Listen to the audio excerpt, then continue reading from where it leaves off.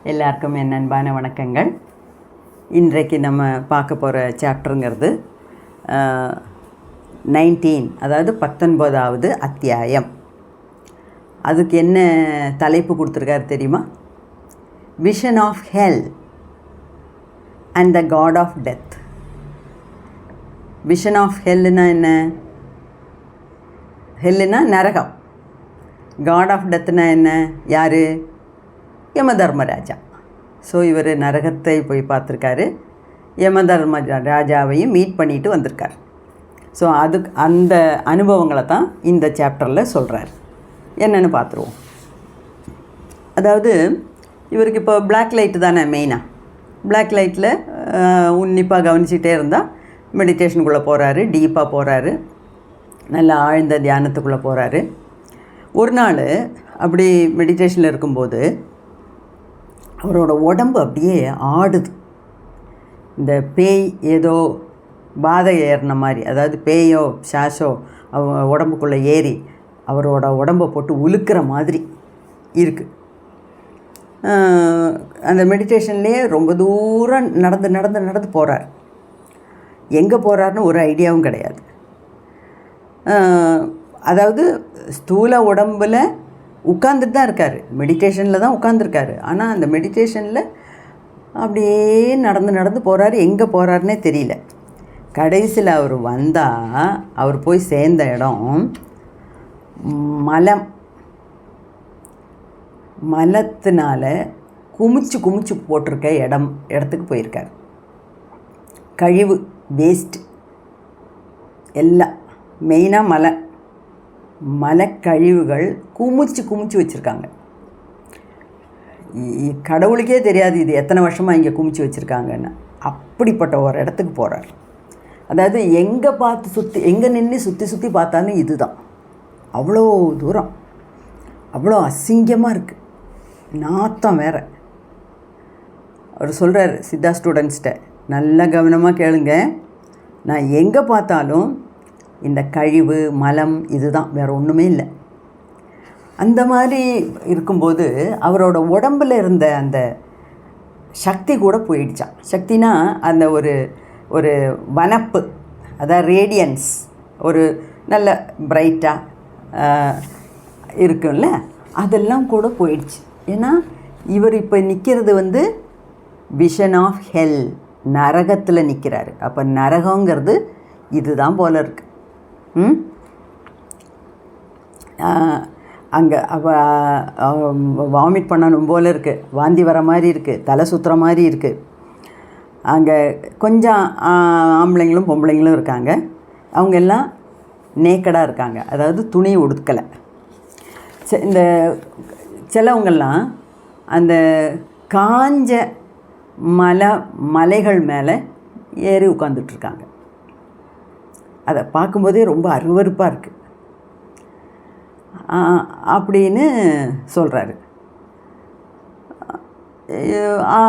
இந்த காஞ்ச மலங்கள் மேலே அது குமிச்சு மலையாக போட்டிருக்காங்க. அந்த மலைக்கு மேலே இந்த ஆம்பளைங்களும் பொம்பளைங்களும் எல்லாம் ஏறி உட்காந்துட்ருக்காங்க.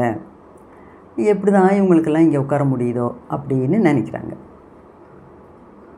அது ஒரு கதை. இதுதான் ஹெல், இதுதான் நரகம். அடுத்தது இன்னொரு உலகத்துக்கு போகிறார். அங்கே இவ்வளோ மோசம் கிடையாது. அங்கே நிறையா செடிகள், மரங்கள், பூக்கள், பழங்கள் எல்லாம் இருக்குது. மரத்தில் பட்சிகள்லாம், பறவைகள்லாம் வாழ்ந்துட்டுருக்கு. அதுங்கெல்லாம் கீச்சுன்னு போடுற சத்தம் கேட்குது. நிறைய பசு, எருமை மாடு, காளை மாடு, வேறையும் நிறைய அனிமல்ஸ் எல்லாம் இருக்காங்க. சில ஆம்பளைங்கள்லாம் 20 அடி உயரம், ரொம்ப கருப்பான தோல், கையில் 6 அடி நீளத்துக்கு உண்டான வாள், அதாவது யாரை வேணாலும் எப்போ வேணாலும் வெட்டிடுவேங்கிற மாதிரி. சிலவங்கள்லாம் பட்டு துணி உடுத்துருக்காங்க. சிலவங்கள்லாம் இந்த அனிமல்ஸோட, இந்த மிருகங்களோட தோலை எடுத்து ஆடையாக உடுத்துருக்காங்க. சிலவங்கள்லாம் சாதாரண ஆடைகள் உடுத்துருக்காங்க. இந்த உலகத்தில் பெண்களே கிடையாது. அதை அவர் கவனித்த உடனே அது ரொம்ப அதிசயமாக இருக்குது. பெண்களே கிடையாது. அந்த இந்த எரும மாடெல்லாம் சில எரும மாடெல்லாம் கூட 20 இந்த காளை மாடு எரும மாடெல்லாம் 20 அடி நீளத்துக்கு இருக்கான் எல்லாம். அதுக்கு பக்கத்தில் ஒரு நல்ல ஒரு ஏரி இருக்குது. அங்கே எல்லாம் சின்ன சின்ன மரங்கள், அந்த மரங்களில் பறவைகள் எல்லாம் இருக்குது, சத்தம் போட்டுக்கிட்டு இருக்குது. அந்த ஏரிக்கு பக்கத்தில் ஒரு நதி ஓடுது. அதெல்லாம் பார்க்குறதுக்கு கொஞ்சம் பரவாயில்லாமல் இருந்தது. அந்த ஒரு மாதிரி நல்ல ஒரு அட்மாஸ்ஃபியர் இருந்தது.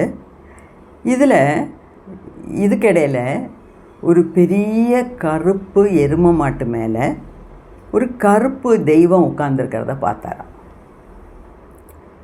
அதாவது அந்த எரும மாட்டுக்கே மாலைகள்லாம் போட்டிருக்காங்க, பட்டு துணி போட்டு மூடியிருக்காங்க. அந்த காடுக்கு அதுக்கு மேலே உட்காந்த கருப்பு காடுக்கு என்ன கிரீடம் இருக்குது, ஜுவல்ஸ் எல்லாம் இருக்குது. சிகப்பு வேஷ்டி போட்டிருக்காரு, சிகப்பு வேஷ்டி கட்டிகிட்ருக்காரு. அந்த எரும மாட்டுக்கும் அந்த கடவுளுக்குமே காலில் சலங்கையெல்லாம் வெள்ளி கோல்டில் இந்த கொலுசெல்லாம் போட்டிருக்காங்க. அந்த மாதிரி அவர் இந்த சேக்ரெட் த்ரெட்டு, அதாவது இந்த பூணூல் போட்டிருக்காரு. நிறைய ஆடை ஆபரணங்கள் அணிகலன்கள் எல்லாம் போட்டிருக்காரு. இவருக்கு அவரை பார்த்தோன்னே புரிஞ்சு போச்சு, இவர் தான் யமராஜா. ஓ, இப்போ நான் பார்த்துட்ருக்கிறது யமராஜா அப்படின்னு இவருக்கு பார்த்த மட்டிலே புரிஞ்சு போச்சு. இவர் அவரை பார்த்து சிரிக்கிறாரு, அவர் இவரை பார்த்து சிரிக்கிறாரு. இவர்கிட்ட இருந்து ஒரு 10 அடி தள்ளி அவர் நிற்கிறார்.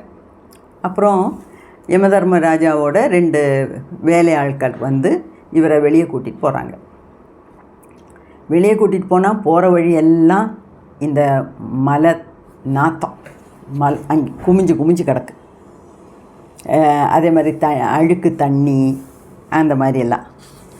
இதை தண்ணி குடிக்கணும் போல் இருக்குது, ஆனால் தண்ணி குடித்தா வாந்தி வருது. இதெல்லாம் பார்த்துட்டு அப்புறம் மெடிடேஷன்லேருந்து வெளியே வந்தார். ஆனால் 3 நாள் சாப்பிடவே இல்லை. ஏன்னா அவர் கண்ட காட்சிகள் அந்த மாதிரி. எங்கே பார்த்தாலும் மலையாக வேஸ்ட்டு குமிஞ்சிருக்கு. 3 நாள் சாப்பிடல, தண்ணி குடிக்கல. இப்போவும் அதை நினச்சா அருவருப்பாக இருக்குது, வாந்தி வருது அப்படிங்கிறார். கொஞ்ச நாள் கழிச்சோன்னா அது மாறிடுச்சு. அப்புறம் அந்த குண்டலினி சக்தி அம்பாளோட சக்தி உடம்புல தெரியுது. அப்புறம் தந்திரலோகத்துக்கு தான் போகிறார். தந்திரலோகம்னா உடம்புல நிறைய முதிரைகள்லாம் வருது, நாக்கை உள்ளே மடிக்கிறாரு, கண் உள்ளே போகுது. நல்ல மெடிடேஷனில் ரொம்ப டீப்பாக போகிறாரு. ஆனாலும் அவருக்கு I am going to tie அப்படின்னு பயம். நான் இப்போ சாக போகிறேன், இப்போ நான் செத்துருவேன்.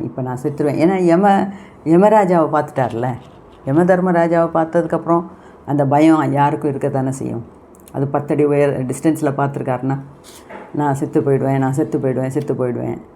சில சமயம்லாம் அந்த வெள்ளை லைட்டு தெரியுது. இந்த அனகாத சக்கராவில் வெள்ளை லைட்டு தெரியுது. வெள்ளை லைட்ஸ் தெரியும் போது ஹாப்பியாக இருக்கார். அதனால் திருப்பியும் நான் இப்போ செத்துருவேங்கிற ஒரு பயம். அந்த செத்துருவேங்கிற பயத்திலேயே மெடிடேஷன் நின்று போகுது அப்படின்னு எழுதியிருக்கார். அதுதான் கரெக்டாக ஹெட்டிங் கொடுத்துருக்காரு. ஃபஸ்ட்டு நரகம்னா எங்கே பார்த்தாலும் மலைகளாக குமிஞ்சு கிடக்கிற மலம். 2வது யமலோகத்தில் யமதர்மராஜா பயணிக்கிற பெரிய 20 அடி நீளமுள்ள எரும மாட்டையும், அந்த எரும மாட்டோட கொம்புகளெல்லாம் இந்த கோல்டு வச்சு அலங்காரம் பண்ணியிருக்காங்களாம். அதையெல்லாம் பார்த்துட்டு வந்திருக்கார் மெடிடேஷனில். அப்போ இதுலேருந்து எனக்கு என்ன தோணுதுன்னா, இந்த கதைகள்லையும் புராணங்கள்லையும் இதிகாசத்துலேயும் சொல்லப்படுற இந்த வர்ணனைகள் எல்லாம் நிஜந்தான். இப்போ சுவாமி முக்தானந்தா போன மாதிரி நிறைய பேர் போயிருக்காங்க. ஆனால் நான் நிறைய புக்ஸில் படிச்சிருக்கேன், நிறைய பேரோட அனுபவங்கள்லாம் படிச்சிருக்கேன். அதுவும் வேறு வேறு மாதிரி தான் இருக்குது. ஒருத்தர் வந்து நேராக இந்திரலோகத்துக்கு போன மாதிரி இவர் எப்படி எழுதியிருக்காரோ அதே மாதிரி அவரும் எழுதியிருக்காரு. அப்போ இதெல்லாமே உண்மையாக தான் இருக்கும் போல் இருக்குது. உண்மை தான், பொய்யன்னு நம்ம தள்ளி விட முடியாது, உண்மையாக தான் இருக்குது. அந்த மாதிரி நிறையா அனுபவங்கள் படிச்சிருக்கேன். பார்க்கலாம், ஒன்று ஒன்றா நான் ரிவ்யூ பண்ணுறேன். உங்களோட பங்கிடுறதுல எனக்கு சந்தோஷந்தான். நீங்களும் மறக்காமல் வீடியோவை பாருங்கள். இதெல்லாம் நமக்கு ஒரு படிப்பினை இல்லையா? நாளைக்கு இப்படி ஒரு காட்சி நமக்கு வந்ததுன்னா ஐயோ என்ன பண்ணுறதுன்னு தெரியாமல் மெடிடேஷன்லேயே நின்றுடாமல் தொடர்ந்து நம்ம மெடிடேஷன் பண்ணணும். நன்றி, நமஸ்காரம்.